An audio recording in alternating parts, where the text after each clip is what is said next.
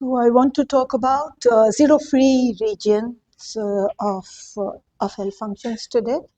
So you know, I don't know, do you know zero-free regions of Riemann zeta functions? Yes, zero-free region.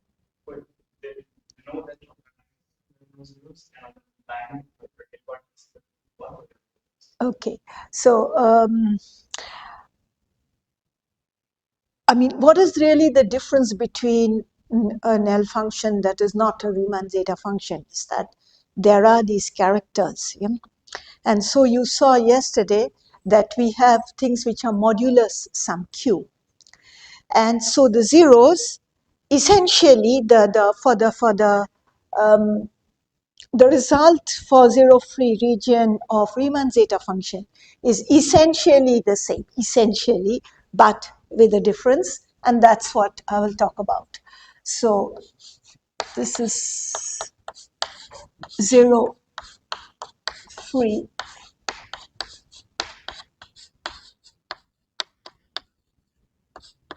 regions, yeah? So this is, so for Riemann zeta function,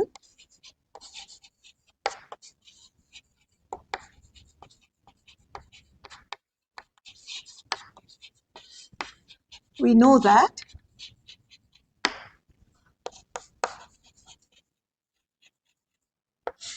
there exists a positive, there exists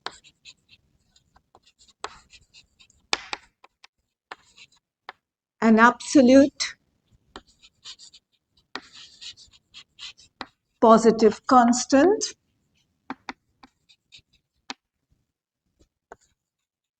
C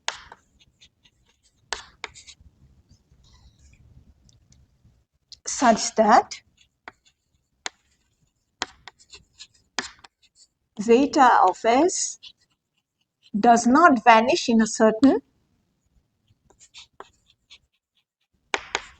region which depends on C for sigma which is greater than 1 minus C by log tau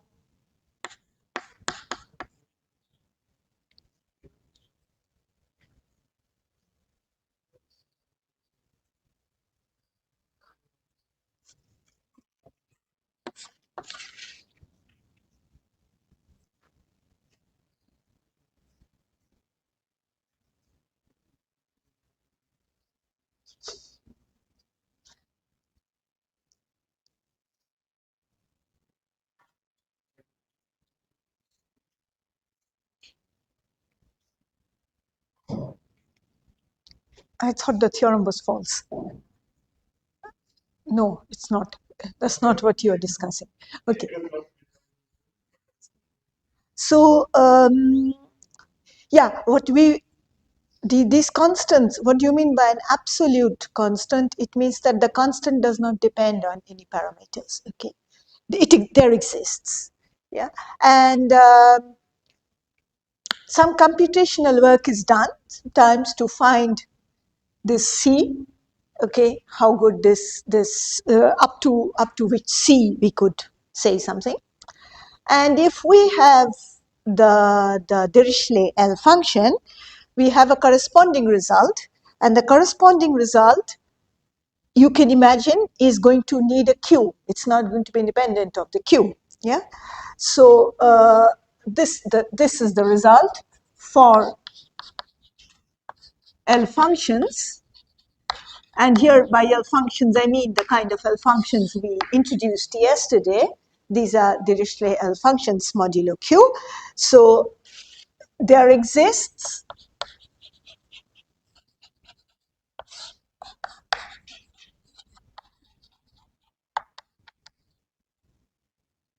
an absolute positive constant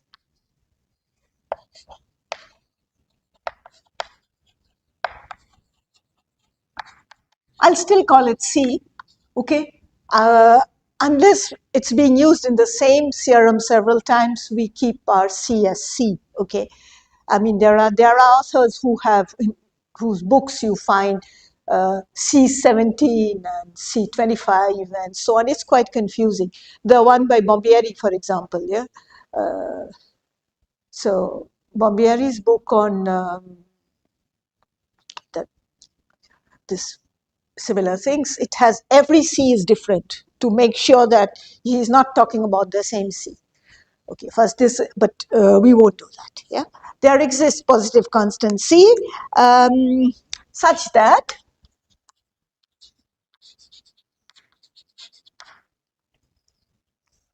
if chi is a Dirichlet L function, and then a Dirichlet L function must have a Q modulo with character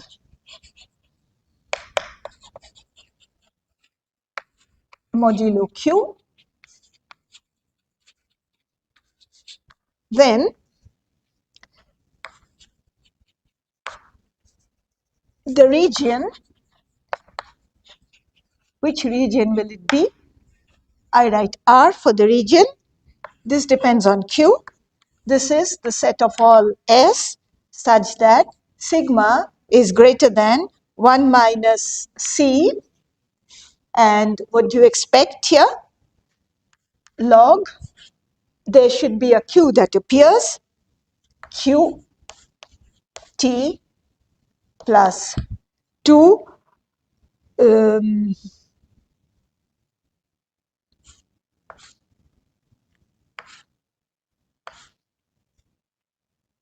for sigma between 0 and C. In this region, so then the region, this region contains no 0 of LS chi, almost. This is almost true. There can be an exception, okay? Unless what happens,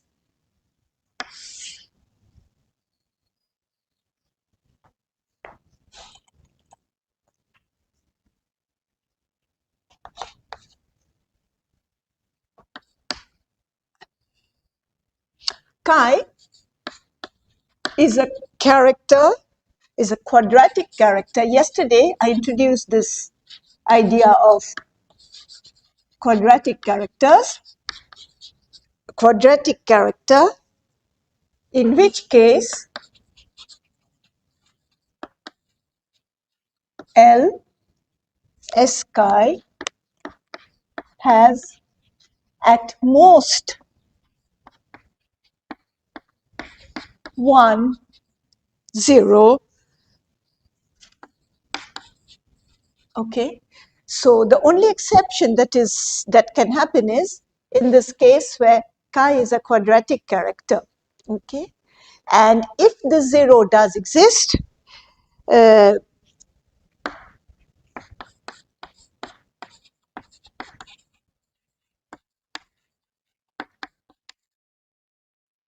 it is real in R Q.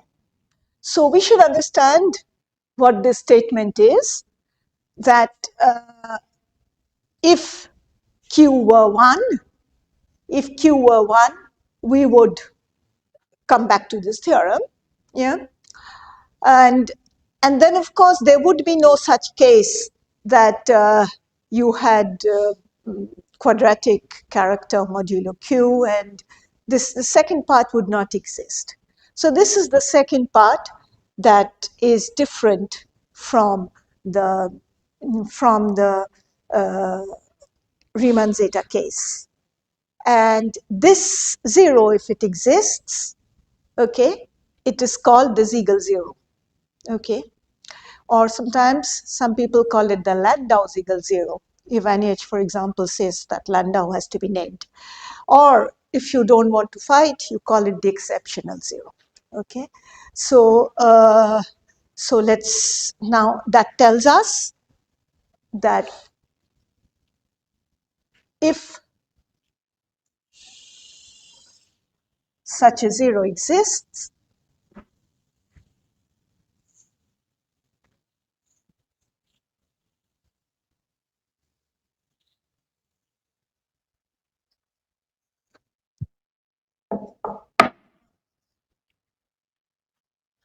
so if that's the end of the statement, yeah? Definition: if a zero, as in the theorem,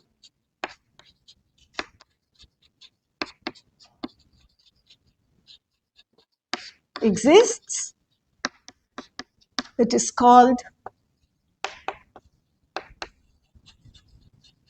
the exceptional zero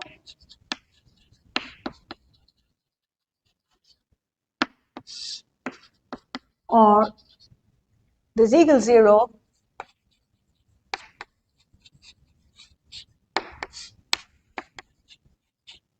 or the Landau Siegel zero.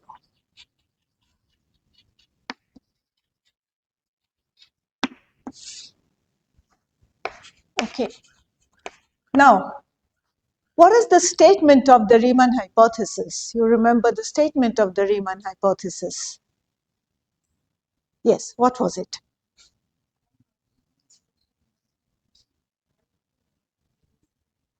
Yeah. So, what would you expect for the L functions? What would you expect for the L functions? So the Riemann zeta function is one of the cases of that. So in general, you would expect that that's also a hypothesis which is completely open. It's called the generalized Riemann hypothesis. Some people also call it the grand Riemann hypothesis. In any case, it's GRH. So this says that for all L functions, the non-trivial zeros would lie on the line s equal to half. All right. So now there is a question. Do you think, do you like the, would you wish the Siegel zero to exist? If you were given a wish, would you like the Siegel zero to exist? What would happen if a Siegel zero existed? What would happen? Yeah, what would happen? Then that means that there are zeros, non-trivial zeros whose real part is not half. Yeah. So this is a bad zero. Yeah, it's a bad zero. But what is also bad about it is that after all these years, I mean, you see, this is from the time of Landau and Siegel, we still haven't been able to throw it out. Yeah, if you throw it out, it does not mean that the generalized Riemann hypothesis is true, but it comforts the generalized Riemann hypothesis. If you get one, it's really bad because it means that the hypothesis is false. Yeah, so these Siegel zeros are important. Yeah, and a lot of work goes on in this area. Nobody has yet either found one or proved that they don't exist. Yeah, so so their existence, the existence of Siegel zeros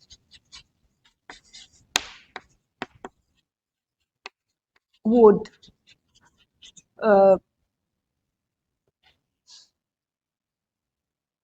prove the generalized Riemann hypothesis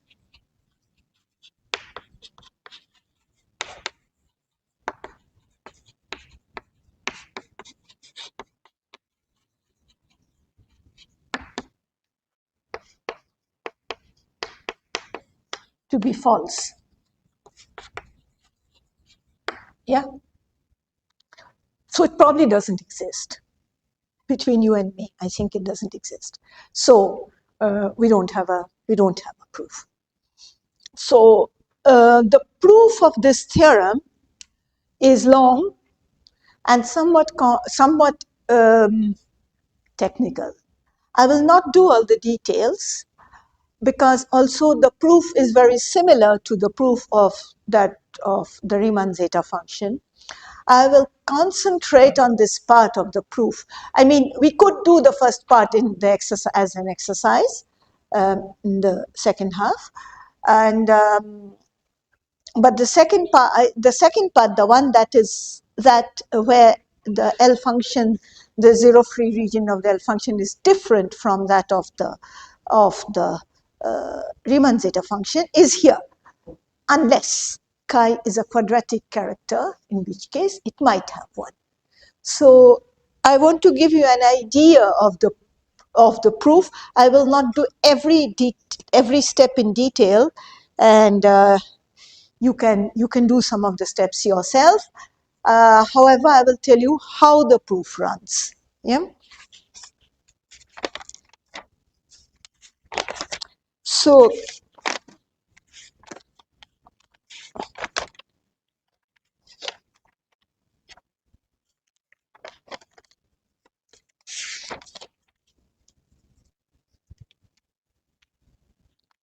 we will divide the proof into a certain number of cases. The first case which we will take is proof of the theorem is when chi is complex. So what happens when chi is complex?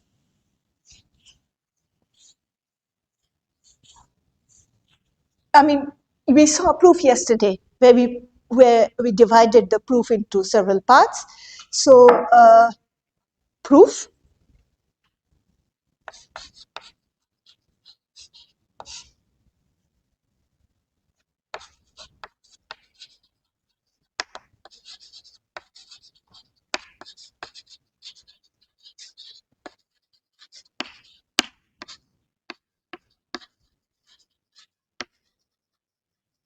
okay.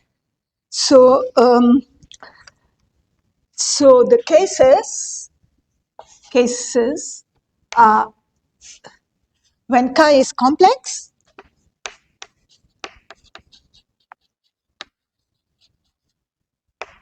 and when chi is quadratic. Okay. When chi is complex, the proof is not very different from the proof of the Riemann zeta function. I will leave it as an exercise, which we, if all goes well, we'll do together. Okay, if all doesn't go well, you have a long life. You can prove it yourself. So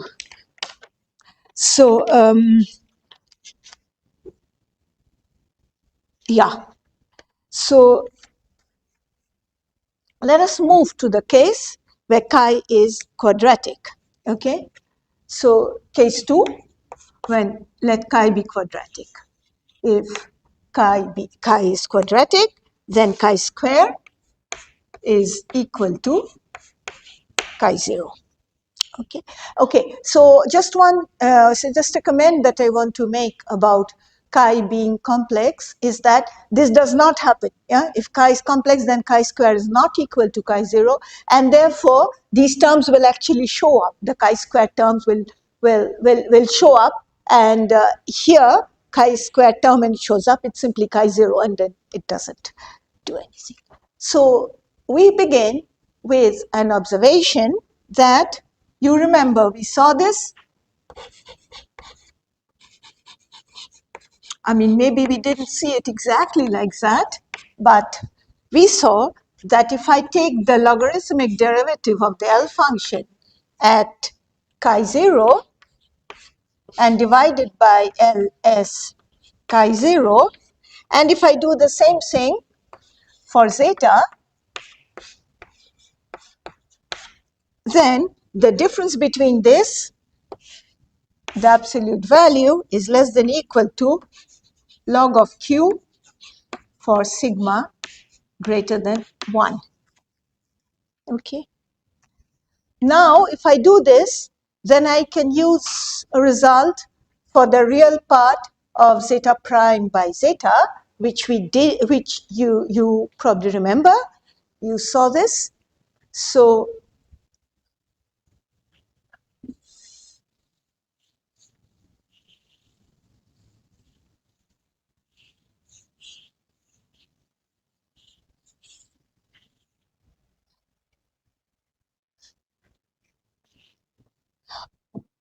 what do you know? You know that this, the real part of zeta prime, S by zeta of S, this, what is it bounded by?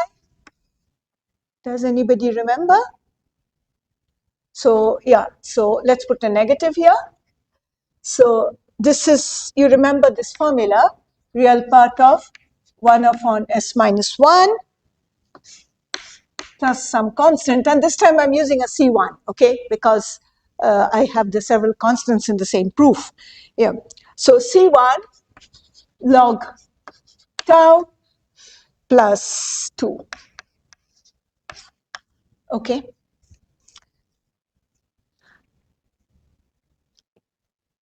And now we will use the part that zeta square is equal to chi square is equal to chi 0. Yeah. So if then, and bring it back onto this result.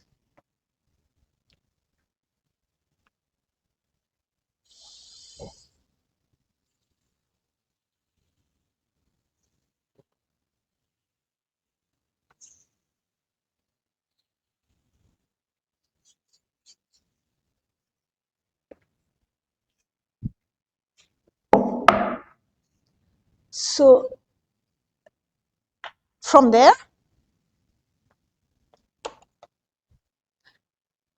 because of, if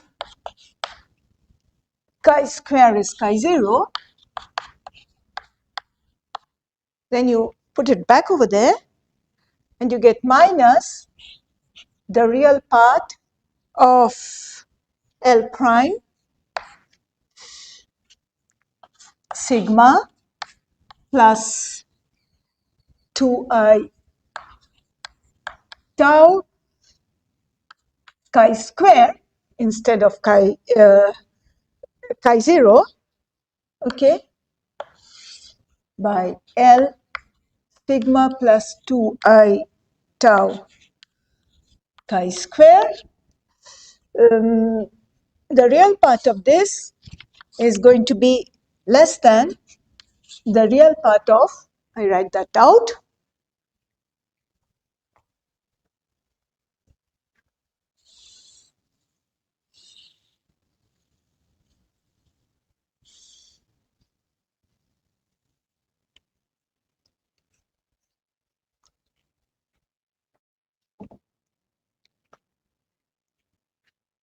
one minus 1 upon, so sigma minus 1 minus 2i tau plus, and now I'm using another constant, C2, because I have a C1 over there, log of Q T plus 2.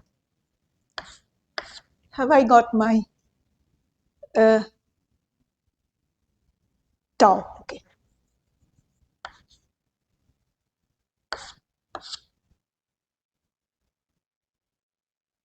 Yeah. Okay. C1, C2, etc. are constants. Okay. Now I'm going to choose a sigma. All right. So choose a sigma.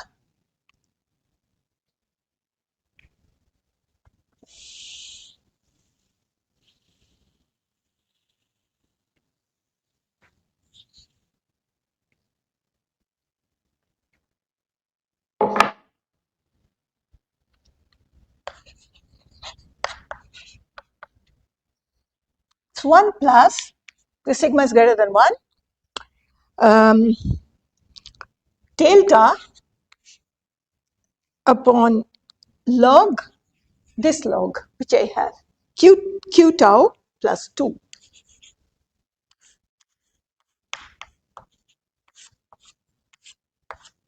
All right? And I will let gamma be greater than sigma upon this, okay, log q. All right.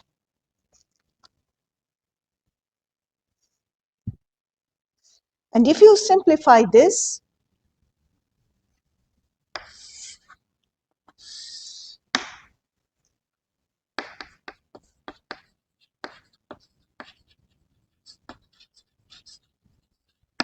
please do it, because I didn't do all the details of the simplification. I get that we get beta. What was my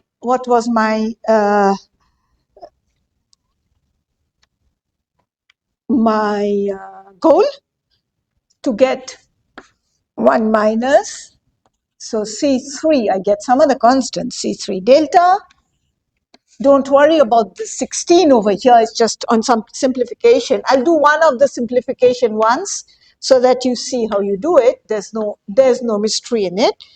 And delta upon log q absolute value of t plus 2. Okay, so what did I need here? I needed here that gamma was greater than delta upon, was greater than something. Okay, so if this happens, even if I have a quadratic character, then things are not, I'm still within the good strip. All right. Now, when will things start getting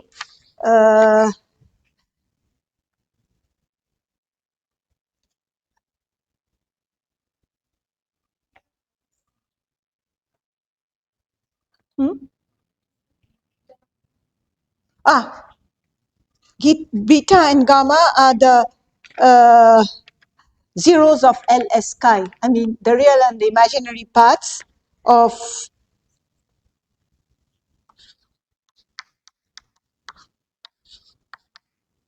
sorry. Okay, real and the imaginary parts of beta and gamma.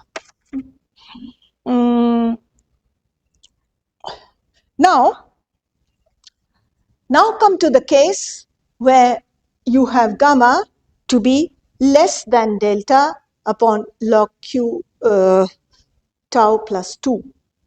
Okay, so this is going to be the third case.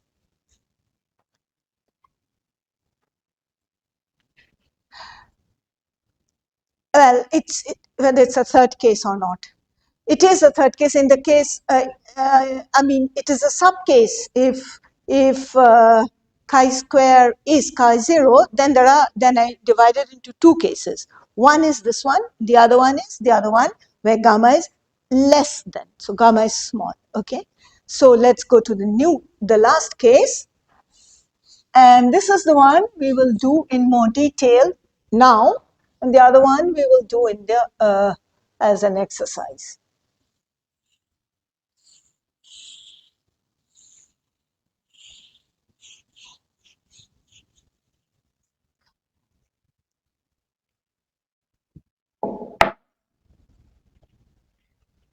So now we let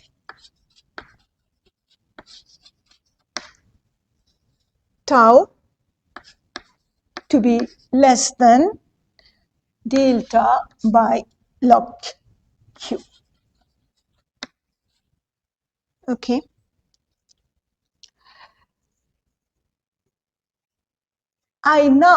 What was my claim? My claim was that I'm going to have at most one real zero, right? So to um, to prove this claim, what we will do is we will take two zeros, and I will begin by taking two complex zeros and show that there is a contradiction. Okay, so you, instead of taking two complex zeros, you can also take two real zeros which are different, or two real zeros which are the same repeated. The argument is the same. Okay, so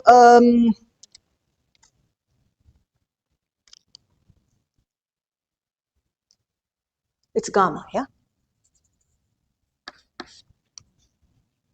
So we assume that there are two zeros which are complex.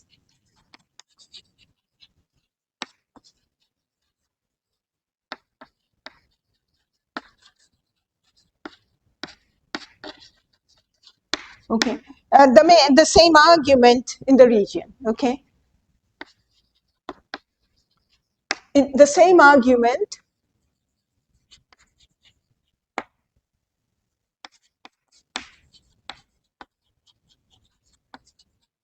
would go through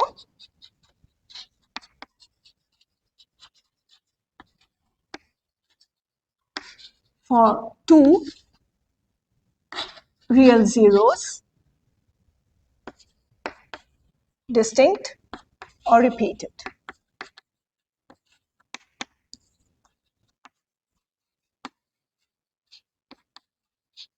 Okay, so we will only do it for this case. So now, what happens when I have complex zeros? If I have complex zeros, what you have the complex conjugates, yeah? So, so now we notice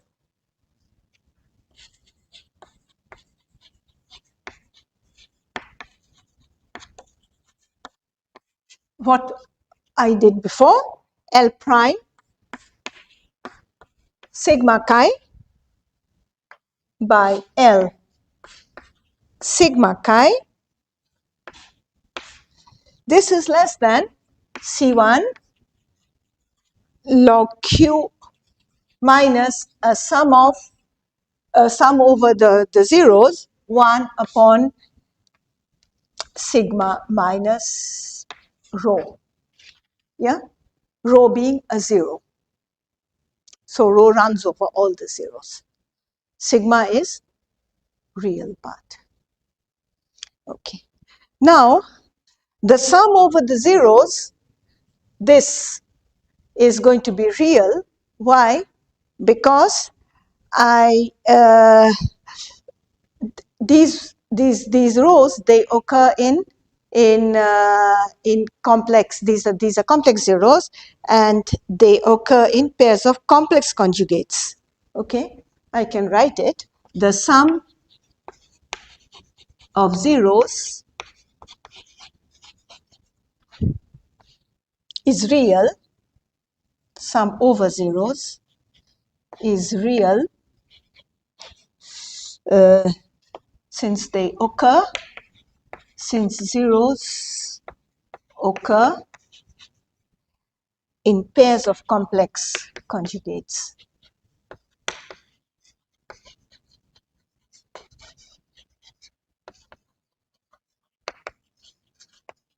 All right.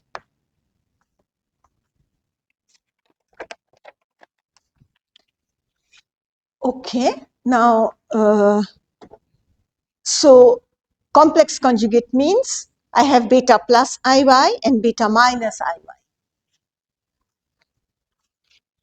And they're really complex, means they're not real. So I'm going to take gamma to be non-zero.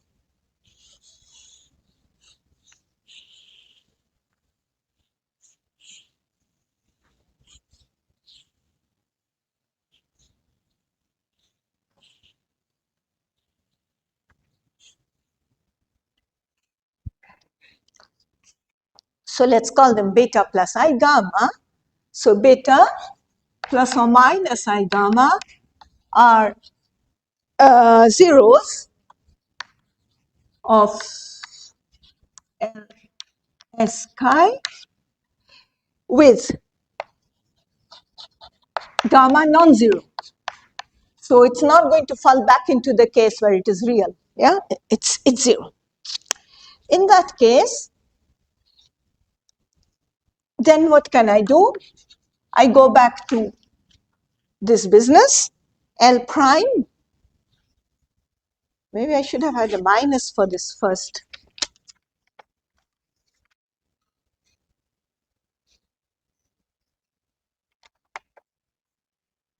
Is there a minus here? Should there be a minus? I have to check. Okay. Then minus L prime sigma rho upon L sigma chi. Okay. This is less than C1 log Q minus 2 times sigma minus beta, because rho is equal to, the real part of rho is beta, okay? And this is sigma minus beta square plus gamma square, yeah? Because, okay? Should this be a minus here?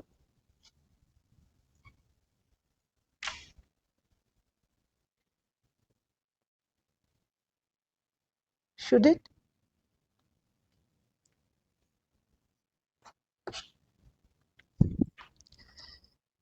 Now, what is this L prime?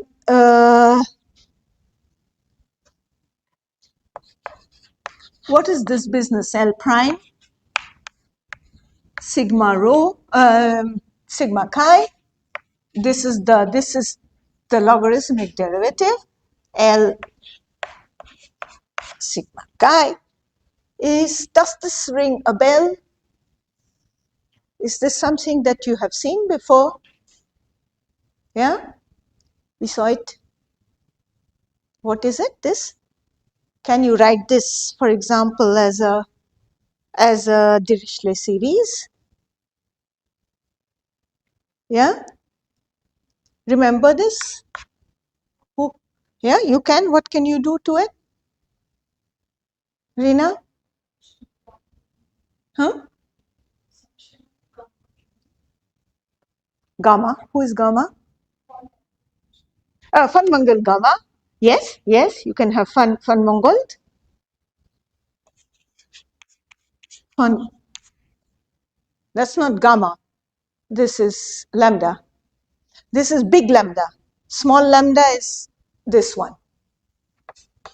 Okay. I mean, in tech, it is lambda and lambda.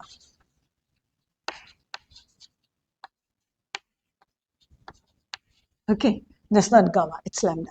Okay.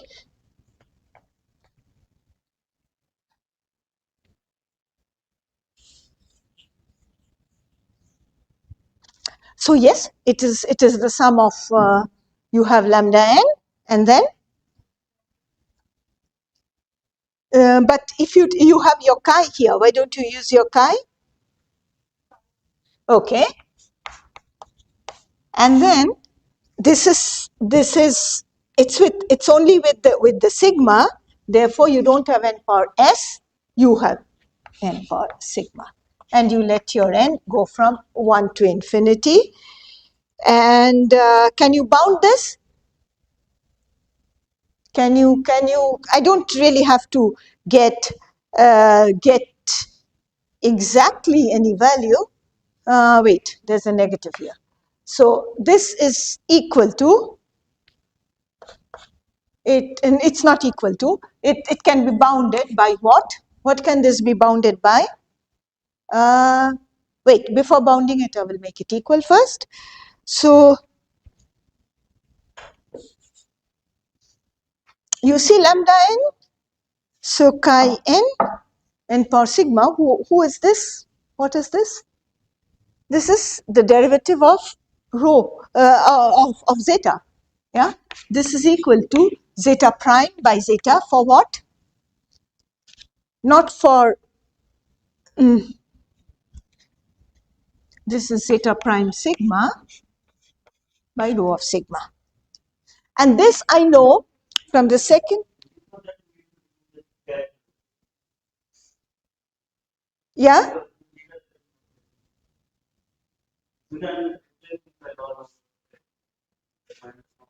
Yeah, so maybe I should straight away make it greater than. Yeah? Yeah. Let me do that. Let me do that. Thank you. So let me do that. I should remove the character first. Yeah?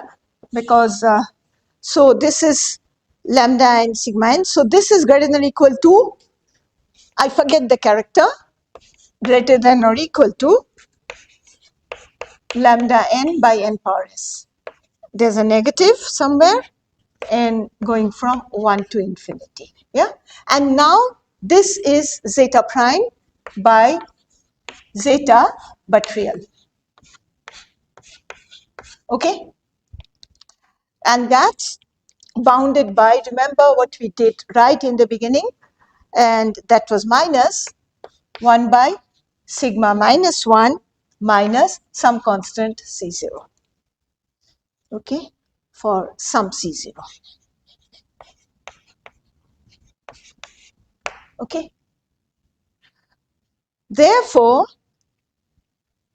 what remains now is that I should choose now sigma nicely.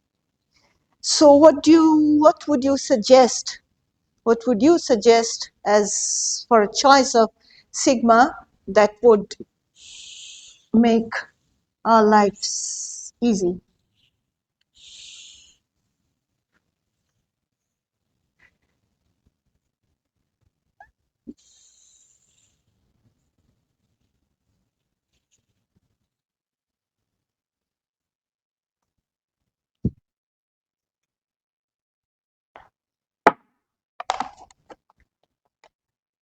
So if I choose sigma,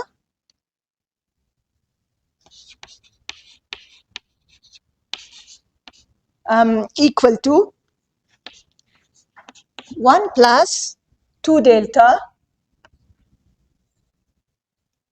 upon log Q. Okay. You have seen enough proofs to know that, to not ask, why do I choose this one? We choose one that is convenient to us, all right? Because we anticipate what's going to happen. So we take first some bad sigmas and then it doesn't work and then we come back and we get a good sigma, okay? A good sigma. It doesn't have to be, this is not a canonical sigma, okay? So this minus 1 minus sigma, okay, yeah. So now I have chosen this. So now gamma, you remember what our gamma was? What was our gamma? This is less than, where is my gamma gone? Here. Gamma is sitting over there, okay? Okay, now gamma is less than delta upon log Q, okay? And delta upon log Q, so, and delta by log Q is half of sigma minus 1, which is less than half of sigma minus beta.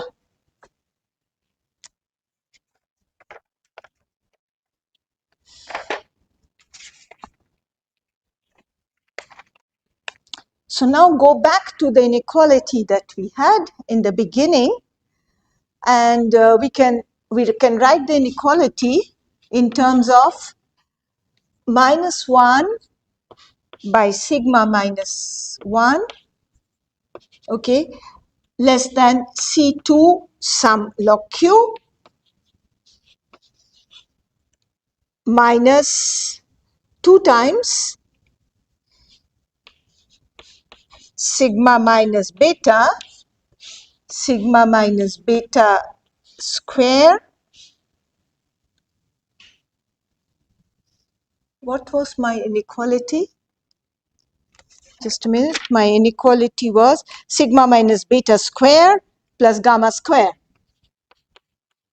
Yeah, but we know that gamma is less than delta by log q. Therefore, gamma square is less than 1/4. This is gamma. Therefore, gamma square is less than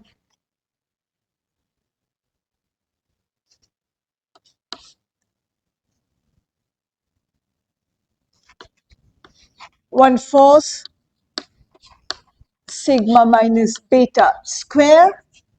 And if I simplify, I get this one, sigma minus beta square plus gamma square. This is less than sigma minus beta square plus 1/4 sigma minus beta square. So the 4 and the 1 adds up to give me a 5. So this is equal to 5 by 4 sigma minus beta square. All right. So if I have a 5 by 4 in the denominator and a 2 in the numerator, this becomes, I simplify this to make it minus 1, the 5 by 4, the sigma minus beta square cancels with the sigma minus beta in the numerator, and I get minus 1 sigma minus 1 less than C2 log Q minus 8 by 5, the 4 over there, with the 2 comes 8, the 5 is here, sigma minus beta disappears, and I get sigma minus beta square minus 5. So what is the conclusion then? So beta is less than 1 minus sigma by log cube.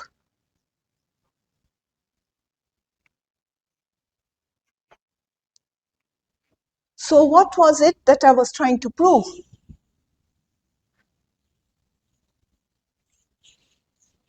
I was trying to show you that I could not have two zeros. In this particular case, not two complex zeros. Have we shown that?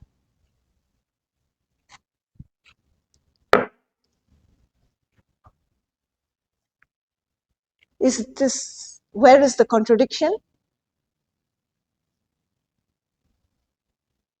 Where is the contradiction? The question is, I said that I assumed that there are two zeros. In this particular case, two complex zeros. And now I have shown all this. I have shown that beta is less than 1 minus delta by log cube for sufficiently small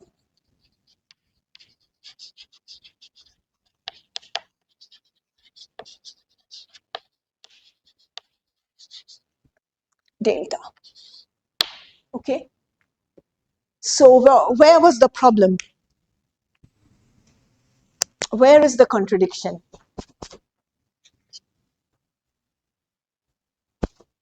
We took two zeros and we arrived here. And where is the contradiction then?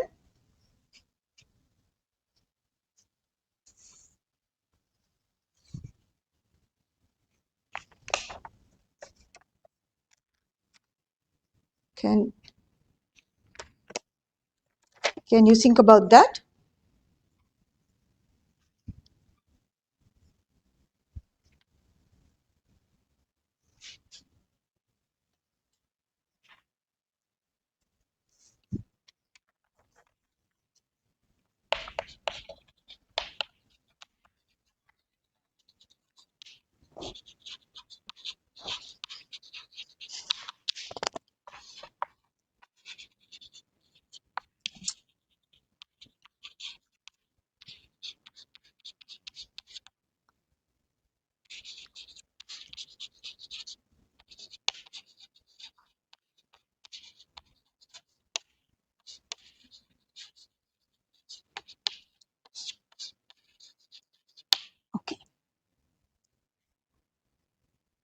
Habibur, what do you think?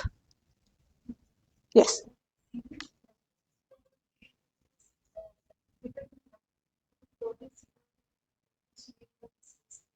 Yeah. Yeah. Yeah. So the convergence, the question is the question of the convergence, which is not. Okay. So now, okay, another question. If I had taken only 1 0, could I do that? Would this still happen? So as soon as it's true for 2 zeros, well, it's true for more zeros. But what would be the problem with one single zero? Would you be able to come to a contradiction?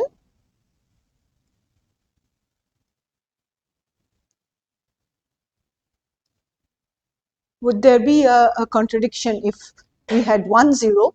Where did the 2 zeros play a role? The double zeros. Yes. Yeah. So of course you cannot eliminate this and get no zeros. Yeah. Because then there would be no zeros. Yeah. So that's the proof of this. Okay. I mean, we haven't really done the complete proof. I have done the part where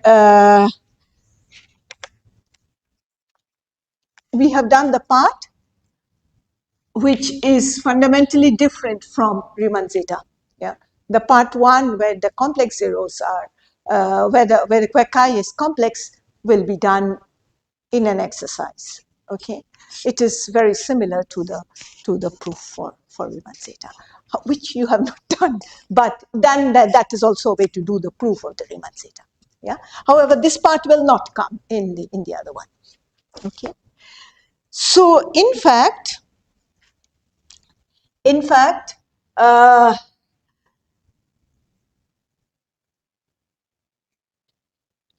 we know that an exceptional zero, so these are single zeros, exceptional zeros, they might exist. Yeah. So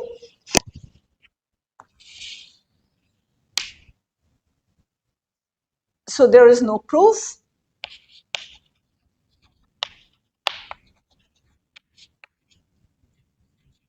that Ziegel zeros or Ziegel or exceptional zeros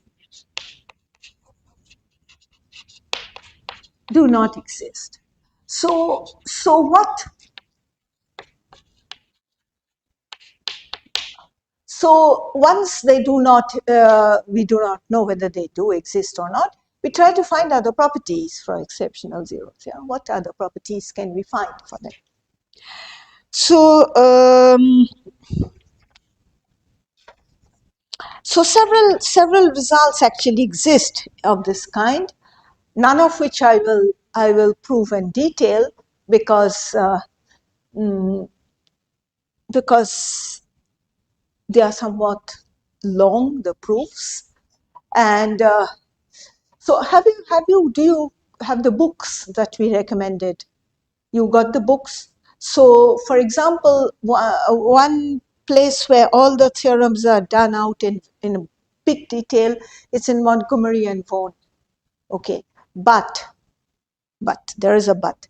Montgomery and Vaughan, if you look at this particular theorem, he does this with explicit constants, and therefore no, it's not a he, it's they do this with the explicit constant, therefore the proofs are a little more complicated.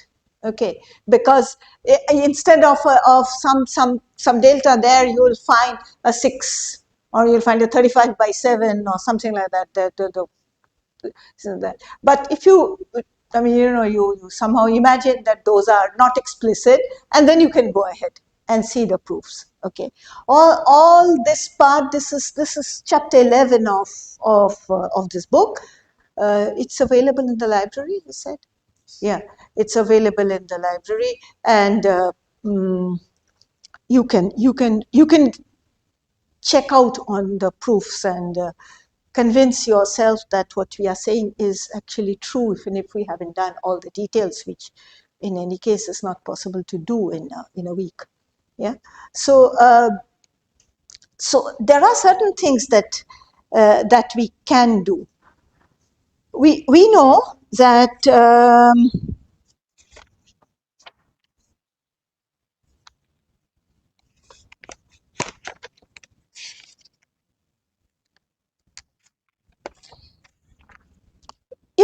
exceptional zeros exist, then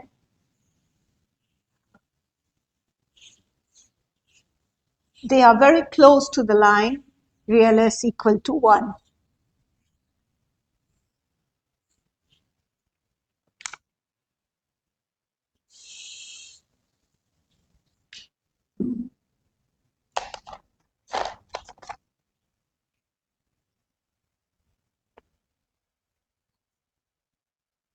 No, that's not true. They cannot be too close, okay? Exceptional zeros. Oh, I'm not supposed to write with a white chalk, yeah? Exceptional zeros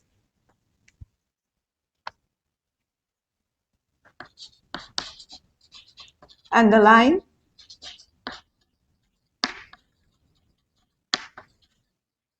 real s equal to 1. So for this, there is a very famous result of Siegel.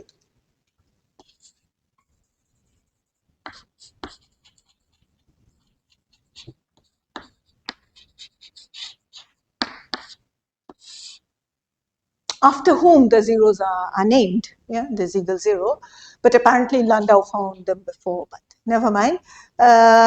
So Siegel,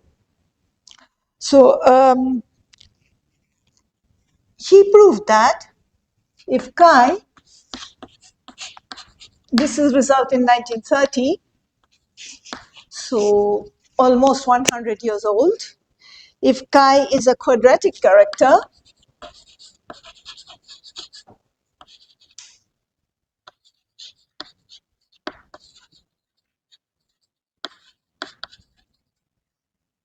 modulus q, and then for all epsilon positive, there exists a constant which depends, which is not absolute. There exists a constant C epsilon, okay, such that L1 chi, so here S is equal to 1, is greater than C epsilon by Q to the power epsilon. Okay. Does this look like a very nice result to you? So I'm saying that L1 chi will be at least as big as some constant upon Q to the power epsilon. So how do you feel about this result? What is your impression of such a result? How do you think this, what kind of, how would you qualify such a result? Do you think it's a useful result? It could be. Yeah, there's something else than the problem. You note that. Yeah, Habibu, do you? Do you know? What's wrong with this theorem? What's wrong? Not doesn't mean what's wrong. The theorem is correct. What I mean is what's not good about this theorem. The constant is ineffective. Okay, so it is a wonderful theorem, but 100 years later, this constant is still ineffective. Do you know what an ineffective constant is? An ineffective constant means that no matter how hard you try, you cannot calculate it. Okay, it's not because your computer isn't good enough. It's because the method is not good enough. Not good enough. The method includes certain things which makes it ineffective. So this is very important. So the important thing is that this is C epsilon is not effective, is non-effective. Yeah, it is non-effective, which means it cannot be calculated. Okay.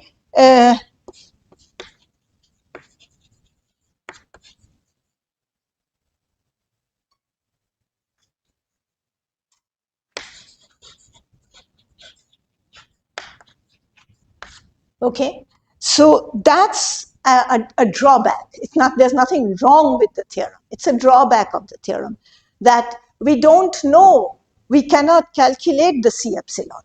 So a lot of effort has been made, but as I said, it's 95 years now, and this no effective version of the Ziegel's theorem exists still. Yeah, looks like a very simple theorem, doesn't it? L1 chi is greater than C epsilon upon q to the power epsilon. So one of the things that in the study of the zeros of L functions is to perhaps find some way to get a more workable result, something with which you could work. This one you cannot work with. You know that it exists, okay, well and good, but we don't know how to find it. Yeah, there is no way to find it, and there will be no way to find it. Yeah. So so that's an open question. Yeah. So that's an open question.